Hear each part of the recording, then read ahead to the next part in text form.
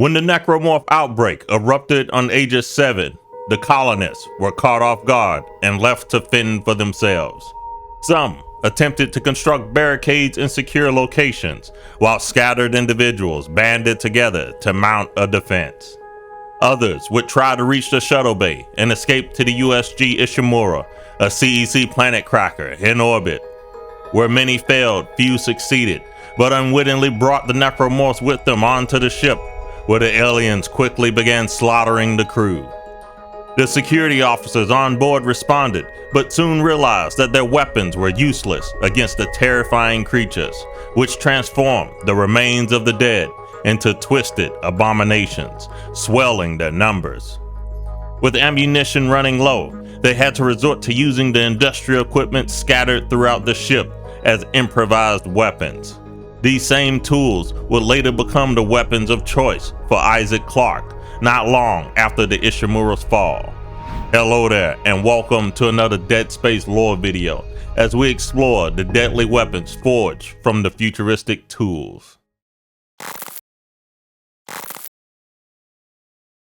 In the depths of space mining operations are fraught with dangers. Miners and engineers rely on specialized tools, the likes of the plasma cutter. The plasma cutter, a precision cutting instrument designed and manufactured by Schofield Tools. Despite the numerous hazards present in deep space mining, the plasma cutter's accuracy and adaptability make it an essential piece of equipment. Its ability to cut through dense rock and frozen ores make it an indispensable for daily mining activities. However, the plasma cutter has also proven to be a valuable weapon against the Necromorph outbreak. Its precision slicing capabilities, long-range firing, and high accuracy makes it a go-to weapon for survivors. The plasma cutter works by firing a cohesive pulse stream of ionized plasma, also known as a bolt, which creates intense localized shear effects and tunneling thermal expansion upon hitting a target. It has both a vertical primary firing mode and a horizontal secondary firing mode, and its accuracy is enhanced by the inclusion of 3 blue laser pointers that indicate the desired cutting plane. While the plasma cutter may have some limitations when it comes to pliable targets, it remains a useful tool against dense organic matter when no other effective alternatives are available. For Isaac Clarke, the plasma cutter is the first industrial tool turned weapon.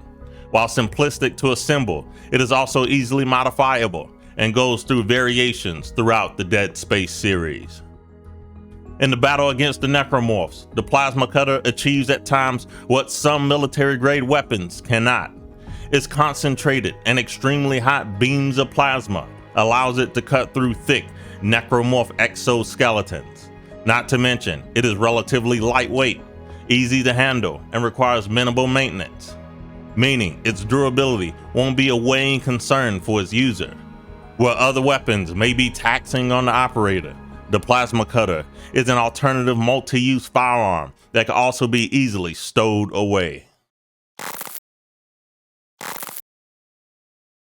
Initially designed as a versatile cutting tool for dense rock and ore, the Ripper quickly gained popularity among corporate workers for its advanced technology and user-friendly design.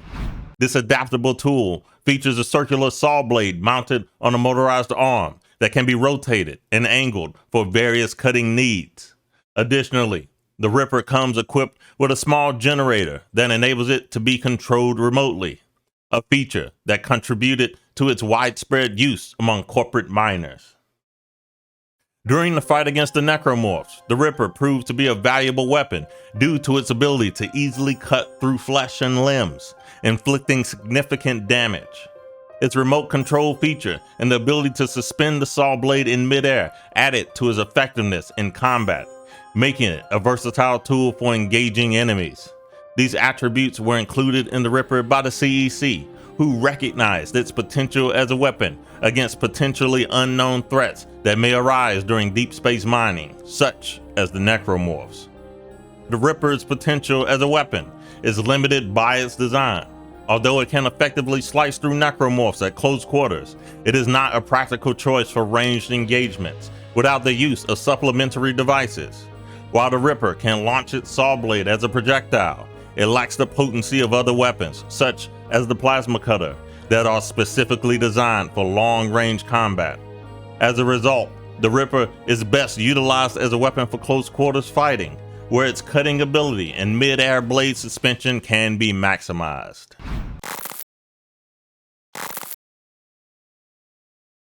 The contact beam is an energy weapon that was jointly designed by EarthGov and the CEC.